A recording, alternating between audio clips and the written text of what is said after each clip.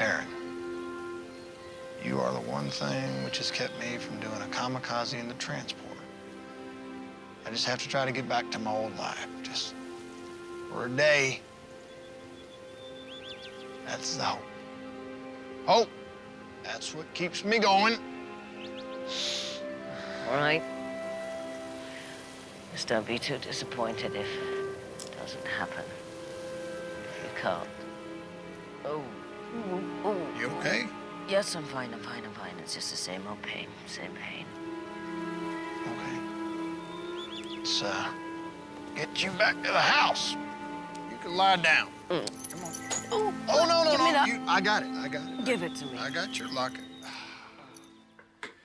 G'day, my name's Guy Gross. I'm the composer on Farscape. This episode, The Locket, is one of my favourites. It really gives me the opportunity to get completely syrupy, completely romantic, pull out all stops, strings, oboe, clarinet, all the most luscious things to express beautiful romance. One of the things I love about Farscape is we go all the way round and back. It's over-the-top monsters one day, it's beautiful love the next, but really what underpins all the episodes, and especially this one, is that the straight-up human emotional stories. The sequence you just saw was underscored in a kind of really old-fashioned kind of way. It really swelled with their movements, and the harmony was definitely traditional harmony, quite romantic and syrupy. But if done right, it doesn't bring attention to itself, and it lets you know really what's going on deeper inside these characters. I guess another reason why I pushed it this way, and it's probably a subconscious reason, is the whole idea of the time shift. So these guys are much, much older. And so I was quite happy to reminisce and to go back in a style of music that was a little more traditional than I would have otherwise used. Also, this episode has the theme that Crichton sings, a roving, da-ba-da-da-do-do-dum, which is a traditional melody, I think an Irish ballad, which I incorporate in slight parts of the theme. Quite a beautiful little melody. Let's just watch on. If you'll see where we come up with the locket, how really I try to push emotionally what's going on. Whose image you got in here anyway? You know who's in there. Your husband? He's been dead 90 cycles. Why would you have his image in there? Oh, just to drive you crazy. You know what I think? I don't think it's him in there. I think you got my picture. Don't flatter yourself. Yeah, my picture. Surrounded by roses and hearts and yachts. Open it, then. Take a look inside. You'll see his image. The only love of my life.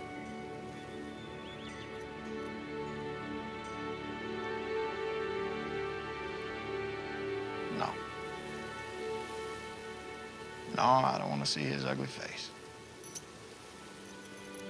Come on. Let's get you back to the house. Wasn't ugly, you know. Keep talking about it. You can walk down by yourself. Hell, you can roll down the hill.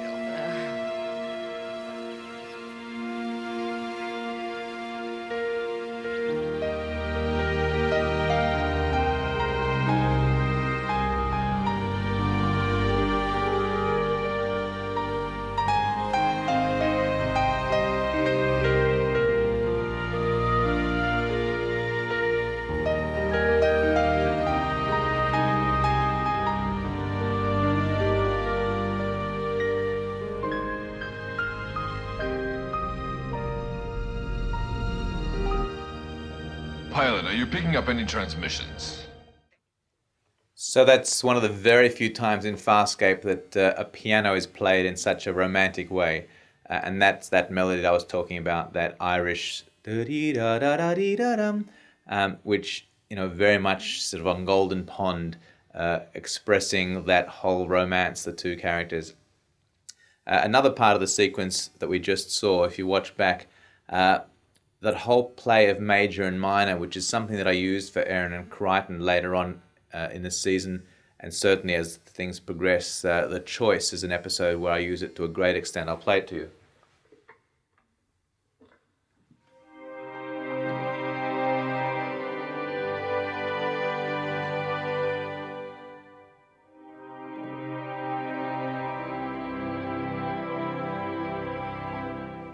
going from that dark minor chord to that major lift, if you look through through that last sequence, I do that just at the moment where we turn into a slight positive thing, when you think Crichton's about to open the locket, or when you get the idea that he's comfortable with not opening it.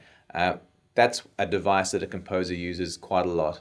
It's that whole, it's an idea musically that we've used as a convention, really. As an audience, a minor chord is a very sad chord and a major a very happy one, but to do that slight change and to pivot it at just the right time in a sequence is a really nice device to let the audience know, oh, now we're turning into a slightly different section of the piece of dialogue. So the locket's full of that kind of thing because it's such an emotional piece.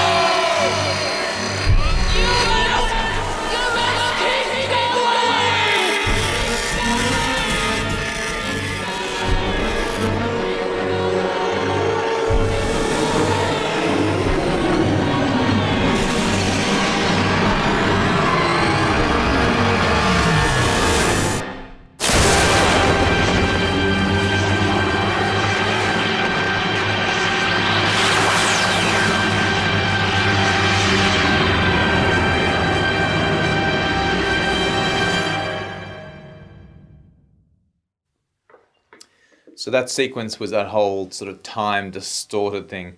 And another thing that synthesizers do really well is this sort of string sound.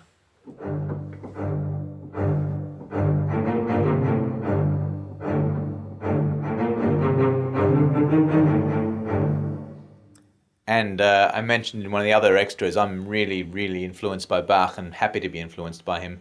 So, dee-da-dum, dee-dee-dum, da-da-dum, dee-da-dum. That's a really common Bachian progression. And the thing for this sequence, because of the time-based issue, what I do is I stay on that single note and I play on around that note.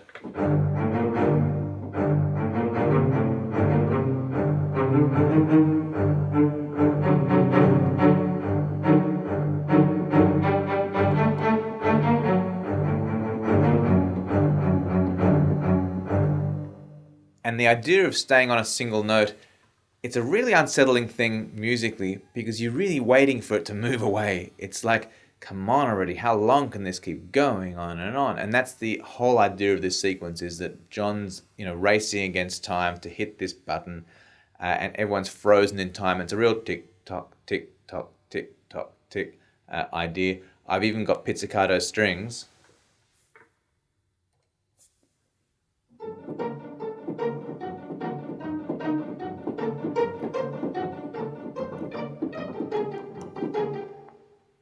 That are playing at the same time, really that whole tick-tock, tick-a-tock, tick-a-tock, to really give you that urgency to make that whole sequence work that much better. So that's really the role of me as a composer, is to try and replicate what I see on the screen, what I know the story to be, and the idea is to really parallel what I see on the screen. So the pizzicato is going tick-a-tock, the bass doing rum, rum, rum, kind of giving that unsettled, come on, let's go already, let's move off that note.